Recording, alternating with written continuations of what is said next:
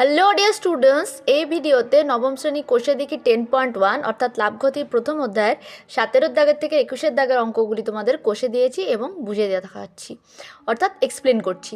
তো দেখো, 17 দাগের অঙ্কে বলা আছে যে তিনি প্রত্যেকটি হস্তশিল্প 1248 টাকায় বিক্রি করেন এবং প্রথম হস্তশিল্পে 4% লাভ করেন ও দ্বিতীয় হস্তশিল্পে 4% ক্ষতি করেন।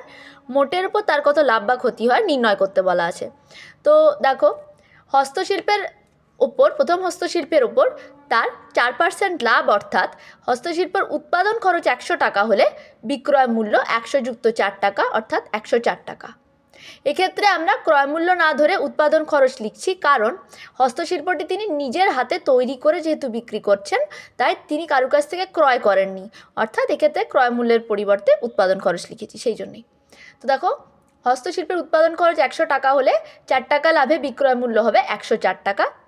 ঘুরিয়ে লিখেছি, বিক্রয় মূল্য 104 টাকা হলে উৎপাদন খরচ 100 টাকা, বিক্রয় মূল্য 1 টাকা হলে উৎপাদন খরচ 100/104 টাকা এবং বিক্রয় মূল্য 1248 টাকা হলে উৎপাদন খরচ 1248 গুণিত 100/104 টাকা। 1248কে 104 দিয়ে ভাগ করলে ভাগফল পাবে 12, অর্থাৎ প্রথম হস্তশিল্পে উৎপাদন খরচ 12 গুণিত 100 টাকা বা 1200 টাকা, অর্থাৎ প্রথম হস্তশিল্প উৎপাদন করতে তার খরচ পড়েছে 1200 টাকা। আবার বলা আছে দ্বিতীয় হস্তশিল্পে তার ক্ষতি হয়েছে 4%, অর্থাৎ হস্তশিল্প উৎপাদন খরচ 100 টাকা হলে বিক্রয় মূল্য 100 - 4 টাকা বা 96 টাকা। এক্ষেত্রেও আমরা ঐকিক নিয়মের হিসাবে এইটির উৎপাদন খরচ অর্থাৎ দ্বিতীয় হস্তশিল্পের উৎপাদন খরচ নির্ণয় করেছি। তো বিক্রয় মূল্য 96 টাকা হলে উৎপাদন খরচ 100 টাকা, বিক্রয় মূল্য 1 টাকা হলে উৎপাদন খরচ 100/96 টাকা এবং বিক্রয় মূল্য 1248 টাকা হলে উৎপাদন খরচ 1248 গুণিত 100/96 টাকা, অর্থাৎ 13 গুণিত 100 টাকা। অতএব দ্বিতীয় হস্তশিল্পের উৎপাদন খরচ 1300 টাকা। রাফে ভাগটি কষে দেখানো আছে 1248কে 96 দিয়ে। অতএব দুটি হস্তশিল্পের মোট উৎপাদন করেছে কত? দ্বিতীয়টির 1300 টাকা এবং প্রথমটির 1200 টাকা। তাহলে মোট দুটি হস্তশিল্পের উৎপাদন খরচ 1200 যুক্ত 1300 টাকা বা 2500 টাকা। এবং প্রত্যেকটি হস্তশিল্প তিনি বিক্রি করেছেন 1248 টাকায়, অর্থাৎ একটি হস্তশিল্পের বিক্রয় মূল্য 1248 হলে দুটি হস্তশিল্পের মোট বিক্রয় মূল্য 1248 গুণিত 2 অর্থাৎ 2496 টাকা। এক্ষেত্রে দেখো, তার উৎপাদন খরচ 2500 কিন্তু বিক্রয় মূল্য 2496, উৎপাদন খরচের থেকে কম টাকায় তিনি বিক্রি করেছেন মোটের ওপরে, অর্থাৎ তার মোট ক্ষতি হয়েছে 2500 - 2496 টাকা অর্থাৎ 4 টাকা। অর্থাৎ 17 দাগের অঙ্কটির উত্তর হচ্ছে তার মোটের উপর 4 টাকা ক্ষতি হয়েছে। চলে যায় 18 দাগে। 18 দাগে বলা আছে করিম মোহনকে 4860 টাকা একটি ফোন বিক্রি করা তার 19% ক্ষতি হয়েছে। প্রথমে আমরা এখান থেকে নির্ণয় করব যে করিম কত টাকা দিয়ে ফোনটি কিনেছিল, তারপরে আমরা বাকি অঙ্কটি কষব। তো দেখো, করিম মোহনকে 4860 টাকায় ফোন বিক্রি করা তার 19% ক্ষতি হয়, অর্থাৎ করিম যদি 100 টাকায় ফোনটি কিনতো তার বিক্রয় মূল্য হতো 100 - 19 টাকা বা 81 টাকা। অতএব করিমের ফোনের বিক্রয় মূল্য 81 টাকা যখন ক্রয় মূল্য 100 টাকা। করিমের ফোনের বিক্রয় মূল্য 1 টাকা যখন ক্রয় মূল্য 100/81 টাকা এবং করিমের ফোনের বিক্রয় মূল্য 4860 টাকা যখন ক্রয় মূল্য 4860 গুণিত 100 হোল ডিভাইডেড বাই 81 টাকা। 4860 টাকাকে যদি 4860কে 81 দিয়ে রাফে ভাগ করে দেখিয়েছি, ভাগফল পাবে 60, অর্থাৎ করিমের ক্রয় মূল্য 60 গুণিত 100 টাকা বা 6000 টাকা। 60কে যদি 100 দিয়ে গুণ করো পাবে 6000, অর্থাৎ করিমের ক্রয় মূল্য বা করিম ফোনটি কিনেছে 6000 টাকায়। তাহলে আমরা পেয়ে গেলাম যে করিম ফোনটি কিনেছে 6000 টাকায় এবং করিম মোহনকে ফোনটি বিক্রি করেছে 4860 টাকায়। তাই মোহনের ক্রয় মূল্য পেলাম। করিমের ফোনের ক্রয় মূল্য হচ্ছে 6000 টাকা এবং করিম বিক্রয় করেছে মোহনকে 4860 টাকায়। মোহন কিনেছে 4860 টাকায়। এইটি একটু ভাষার অঙ্ক, নইলে অঙ্কটি খুবই সহজ। তো দেখো, বলা আছে যে মোহন যে দামে রহিমকে ফোনটি বিক্রি করে সেই দামে করিম যদি মোহনকে বিক্রি করতো তাহলে করিমের 17% লাভ হতো। করিম তো ফোনটি বিক্রি করেছে ক্ষতিতে, কিন্তু মোহন যে দামে রহিমকে ফোনটি বিক্রি করেছে সেই দামে করিম মোহনকে বিক্রি করলে করিমের 17% লাভ হতো। করিমের 17% লাভ হতো তার ক্রয় মূল্যের উপর। তার ক্রয় মূল্য 6,000 টাকা। অর্থাৎ করিমের যদি 6,000 টাকার উপর 17% লাভ হতো, তখন করিমের বিক্রয় মূল্য কত হতো? তখন করিমের বিক্রয় মূল্য হতো 6,000 যুক্ত 6,000 গুণিত 17 হোল ডিভাইডেড বাই 100 টাকা। 6,000কে যদি 100 দিয়ে ভাগ করো পাবে 60, 60 গুণিত 17 প্লাস 6,000 টাকা। 17কে 60 দিয়ে গুণ করলে পাবে 1,020, অর্থাৎ 6,000 যুক্ত 1,020 টাকা। অর্থাৎ মোহন রহিমকে ফোনটি বিক্রি করেছে যে দামে, তা হলো 7,020 টাকা। মোহন ফোনটি কিনেছিল 4,860 টাকায়, বিক্রি করেছে 7,020 টাকায়। ঠিক আছে, অর্থাৎ মোহনের ক্রয় মূল্য 4,860 টাকা এবং মোহনের বিক্রয় মূল্য 7,020 টাকা। অর্থাৎ মোহন এখানে ক্রয় মূল্য থেকে বিক্রয় মূল্য বেশিতে বিক্রি করেছে, তাহলে মোহনের লাভ হয়েছে। মোহনের লাভ কত? 7,020 মাইনাস 4,860 টাকা, অর্থাৎ 2,160 টাকা। এবং মোহনের শতকরা লাভ হচ্ছে তার বিক্রয় মূল্য মাইনাস ক্রয় মূল্য ডিভাইডেড বাই ক্রয় মূল্য গুণিত 100%। অর্থাৎ শর্টকাটে এখানে অঙ্কটি কষে দেখিয়েছি, 2,160 বাই 4,860 যার ক্রয় মূল্য গুণিত 100%। যদি কাটাকুটি করো তাহলে পাবে 400 বাই 9%। 400কে 9 দিয়ে ভাগ করলে পাবে 44.49%। এখানে আমি সব হিসাব কষে দেখাইনি রাফে, কোনো হিসাব বুঝতে অসুবিধা হলে কমেন্ট সেকশনে জানিও। অর্থাৎ মোহনের লাভ হয়েছে 44.49%, মোহনের শতকরা লাভ। ওকে, তো এই অঙ্কটির অর্থাৎ 18 নম্বর অঙ্কটির উত্তর হলো মোহনের শতকরা লাভ 44.49%। চলে যাই আমরা 19-এর দাগের অঙ্কে। 19-এর দাগের অঙ্কটিতে বলা আছে যে ফিরোজ চাচা একটি প্যান্ট এবং একটি জামা ক্রয় করেছেন। এক্ষেত্রে প্যান্ট এবং জামার মূল্যগুলি বলা নেই, কিন্তু বলা আছে যে দুটি শর্ত। প্রথম শর্তে তিনি 20% লাভে প্যান্ট এবং 15% লাভে জামা বিক্রি করেন এবং মোট বিক্রয় মূল্য হয় 719.50 টাকা। এবং দ্বিতীয় ক্ষেত্রে আবারও দুটি শর্ত বলা আছে, সেই শর্ত 25% লাভে প্যান্ট বিক্রি করেন এবং 20% লাভে জামা বিক্রি করেন। এক্ষেত্রে তার লাভ বলা আছে প্রথম ক্ষেত্রের থেকে 30.50 টাকা বেশি। আমরা প্রথম শর্ত এবং দ্বিতীয় শর্ত মিলিয়ে দুটি সমীকরণ গঠন করব এবং সেই সমীকরণ দুটির থেকে আমরা যে কোনো পদ্ধতিতে, তা সে বজ্রগুণন হতে পারে, অপনয়ন হতে পারে, তুলনামূলক হতে পারে বা পরিবর্তন হতে পারে, যে কোনো পদ্ধতি দিয়ে দুটি সমীকরণকে সমাধান করে আমাদের এক্স এবং ওয়াই এর মান নির্ণয় করতে হবে। তাহলেই আমরা পেয়ে যাব প্যান্টের দাম এবং জামার দাম। তো ধরি ফিরোজ চাচা এক্স টাকায় একটি প্যান্ট এবং ওয়াই টাকায় একটি জামা কিনেছেন এবং প্রথম শর্তে তিনি বলেছেন প্যান্টটি 20% লাভে বিক্রি করেন। প্যান্টটি 20% লাভে বিক্রি করেন অর্থাৎ যদি 100 টাকা প্যান্টের ক্রয় মূল্য হয়, তাহলে প্যান্টের বিক্রয় মূল্য 100 যুক্ত 20 টাকা অর্থাৎ 120 টাকা।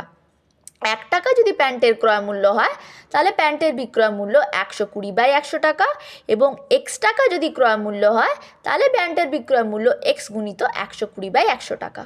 অর্থাৎ 20% লাভে প্যান্টের বিক্রয় মূল্য হবে 120 গুণিত এক্স বাই 100 সমান 120 এক্স বাই 100 টাকা। অর্থাৎ 20% লাভে প্যান্টের বিক্রয় মূল্য 120 এক্স বাই 100 টাকা, কারণ 120কে এক্স দিয়ে গুণ করলে 120 এক্স পাবো।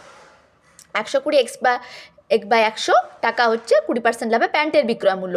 এরপর জামাটি তিনি 15% লাভে বিক্রি করেন, অর্থাৎ জামাটির ক্রয় মূল্য 100 টাকা হলে বিক্রয় মূল্য 100 যুক্ত 15 টাকা বা 115 টাকা। এক্ষেত্রে ঐকিক নিয়মে আমি হিসেব কষেছি, জামাটির ক্রয় মূল্য 1 টাকা হলে বিক্রয় মূল্য 115 বাই 100 টাকা এবং জামাটির ক্রয় মূল্য ওয়াই টাকা হলে বিক্রয় মূল্য ওয়াই গুণিত 115 বাই 100 টাকা। অর্থাৎ 15% লাভে জামার বিক্রয় মূল্য 115 ওয়াই বাই 100 টাকা, কারণ 115কে যদি ওয়াই দিয়ে গুণ করো পাবে 115 ওয়াই। তো দেখো শর্তানুসারে কি বলা আছে, প্রথম শর্তে প্যান্ট এবং জামার মোট বিক্রয় মূল্য 719.50 টাকা। তাই একে সমীকরণ আকারে লিখেছি, প্রথম শর্তানুসারে 120 x by 100 plus 115 y by 100 সমানই 719.50 টাকা। পরের লাইনে আমি সরাসরি লিখতে পারি, যেহেতু আমার 120 এক্স বাই 100 এবং 115 ওয়াই বাই 100 দুটি ভগ্নাংশের হর হচ্ছে 100, সরাসরি আমি যোগ আকারে লিখতে পারি 120 x plus 115 y whole divided by 100 সমানই 719.50। পরের লাইনে এই 100টিকে সমানের ওইদিকে নিয়ে যাব, তাহলে গুণ হয়ে যাবে, সমানের এদিকে 100 গেলে ভাগটা গুণ হয়ে যাবে, অর্থাৎ 120 এক্স প্লাস 115 ওয়াই সমানই 719.50 গুণিত 100। 719.50কে যদি 100 দিয়ে গুণ করা হয়, দশমিকটি দুঘর বাঁ দিকে সরে সম্পূর্ণ উঠে যাবে, অর্থাৎ সংখ্যাটি দশমিক মুক্ত সংখ্যা হয়ে যাবে। তাই পরের লাইনে আমি লিখতে পারি যে 120x প্লাস 115y সমানই 71950। সমগ্র সমীকরণটিকে 5 দ্বারা ভাগ করলে আমি লিখতে পারি 24x প্লাস 23y সমানই 14390। এই গেল আমার প্রথম সমীকরণ। এরপর আমি দ্বিতীয় সমীকরণটি গঠন করব। দ্বিতীয় ক্ষেত্রে বলা আছে তিনি যদি প্যান্টটি 25% লাভে বিক্রি করতেন তখন প্যান্টের বিক্রয় মূল্য কত হতো। এক্ষেত্রে আমি ঐকিক নিয়ম না করে সরাসরি শর্টকাট পদ্ধতিতে প্যান্ট এবং জামার বিক্রয় মূল্য দ্বিতীয় ক্ষেত্রে নির্ণয় করছি। তো দেখো, প্যান্টটি 25% লাভে বিক্রি করলে প্যান্টের বিক্রয় মূল্য হতো x যুক্ত 100 x গুণিত 25/100, x যুক্ত 25x/100, অর্থাৎ পরের লাইনে লিখব 100x plus 25x whole divided by 100 টাকা, অর্থাৎ 125x/100 টাকা।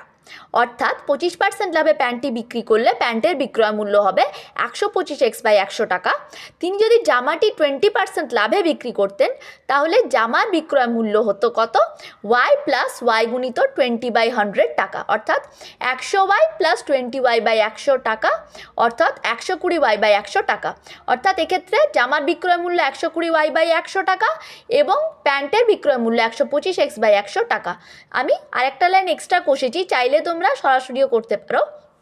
এক্ষেত্রে মোট বিক্রয় মূল্য 125x/100 plus 120y/100, 125x/100 plus 120y/100 টাকা, অর্থাৎ 125x প্লাস 120y/100 টাকা।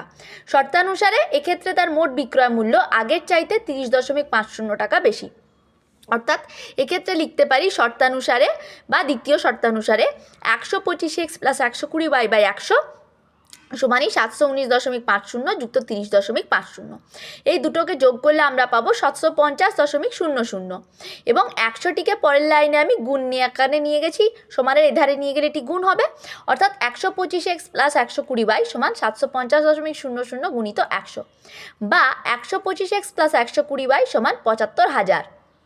100 দিয়ে যদি একে গুণ করি তাহলে পাবো 75,000, দশমিকটি উঠে যাবে। বা সমগ্র সমীকরণকে 5 দিয়ে ভাগ করলে আমরা পাই 25x প্লাস 24y সমান 15,000। এটি আমার 2 নম্বর সমীকরণ এবং আগে আমি পেয়েছিলাম 1 নম্বর সমীকরণে 24x প্লাস 23y সমান 14,390। এবারে আমি বজ্রগণন পদ্ধতির দ্বারা দুটি সমীকরণকে সমাধান করছি। x বাই আমরা কি পাবো, y এর সাথে এর গুণ মাইনাস এর সাথে এর গুণ লিখেছি, y বাই এদিকের গুণটি আমরা আগে করব 15,000 গুণিত 24 মাইনাস 25 গুণিত 14,390 করেছি সমান 1 বাই 25 গুণিত 23 মাইনাস 24 গুণিত 24।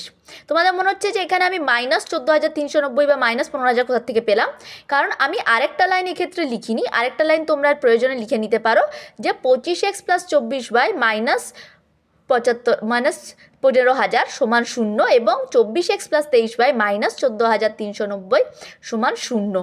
দুটি সমীকরণকেই সমান 0 আকারে লিখলে এই ধ্রুবক পদগুলিকে যদি সমানের এদিকে নিয়ে চলে আসো তাহলে এগুলি মাইনাস হয়ে যাবে। তো দেখো এইভাবে আমরা সমাধান করে পাই x বাই মাইনাস 360 সমানই y বাই মাইনাস 250 সমানই 1 বাই মাইনাস 1।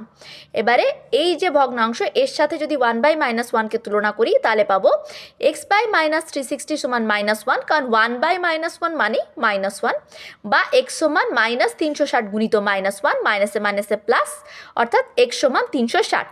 একইভাবে y বাই মাইনাস 250কে যদি এর সাথে সমান করি তাহলে আমরা পাবো y বাই মাইনাস 250 সমান মাইনাস 1, বা y সমান মাইনাস 250 গুণিত মাইনাস 1, বা y সমান 250।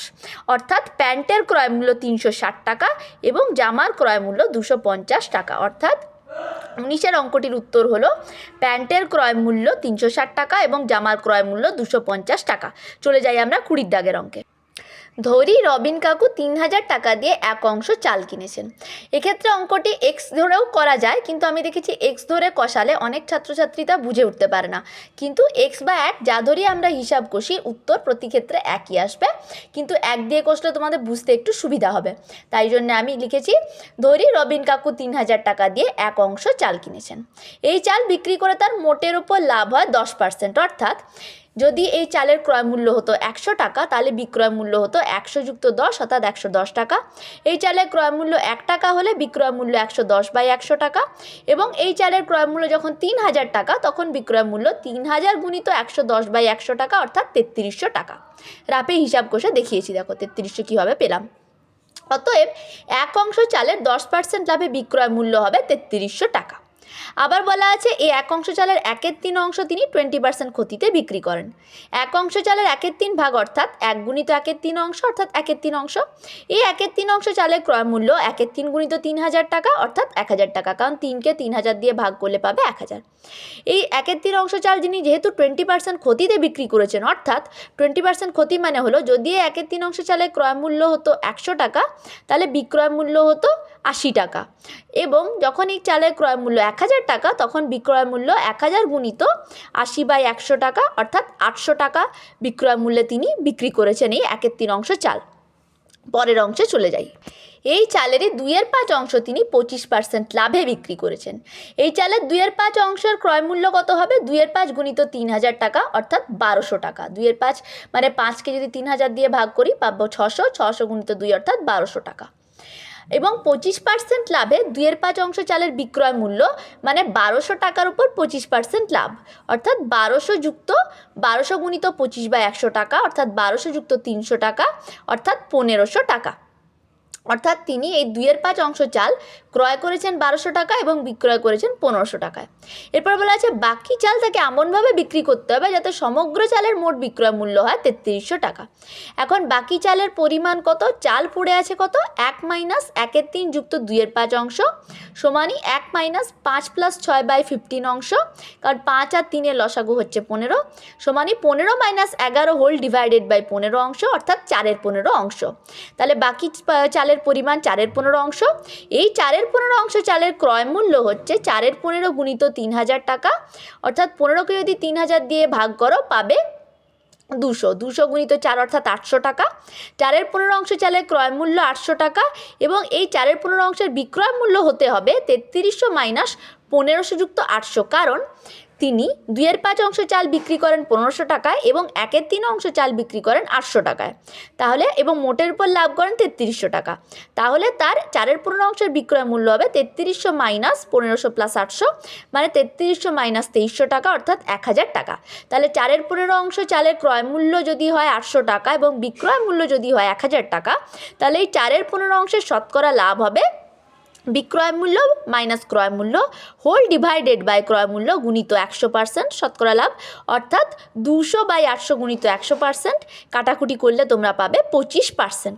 অর্থাৎ বাকি অংশ বা 4/15 অংশ তাকে শতকরা 25% লাভে বিক্রি করতে হবে, তবেই তিনি সমগ্র চালকে 10% লাভে বিক্রির মূল্য পাবেন। ঠিক আছে, এই অঙ্কটির সব ক্যালকুলেশন আমি কষে দেখাইনি রাফে। যদি তোমাদের কোনো ক্যালকুলেশন বুঝতে অসুবিধা হয় আমাকে কমেন্ট সেকশনে অবশ্যই জানিও, এবং কোথাও বোঝার অসুবিধা থাকলেও কমেন্টে জানিও। চলে যাই আমরা শেষ অঙ্ক অর্থাৎ 21-এর অঙ্কে। এই 21-এর দাগের অঙ্কটি প্রয়োজন পড়লে আমরা x/y ধরে কষতে পারি, কিন্তু এক্ষেত্রেও আমি কষাতে গিয়ে দেখেছি অনেক ছাত্রছাত্রী xy ধরে বুঝতে খুব অসুবিধা হয়, সেই কারণেই আমি এটি সংখ্যা ধরে তোমাদের কষাচ্ছি বা শতকরা ধরে। তো দেখো, প্রথম প্রকার চা তিনি প্রতি কেজি 80 টাকা দরে বিক্রি করেছেন। প্রতি কেজি 80 টাকা কথাটির কি মানে? প্রতি কেজি 80 টাকার অর্থ হলো 1 কেজির দাম 80 টাকা বা 1 কেজির বিক্রয় মূল্য 80 টাকা, এবং এক্ষেত্রে 80 টাকা দরে প্রতি কেজি বিক্রি করে তার কিন্তু 20% ক্ষতি হয়েছে। অতএব 1 কেজি বা 1 কিগ্রা চায়ের বিক্রয় মূল্য 100 মাইনাস 20 সমান 80 টাকা, যখন 1 কিগ্রা চায়ের ক্রয় মূল্য 100 টাকা, যেহেতু তার 20% ক্ষতি হয় তার মানে তিনি 100 টাকায় যদি কিনে থাকেন বিক্রি করেছেন 100 মাইনাস 20 অর্থাৎ 80 টাকায়। একেই আমরা ঐকিক নিয়মের ভাষায় লিখেছি 1 কিগ্রা চায়ের বিক্রয় মূল্য 80 টাকা হলে ক্রয় মূল্য 100 টাকা।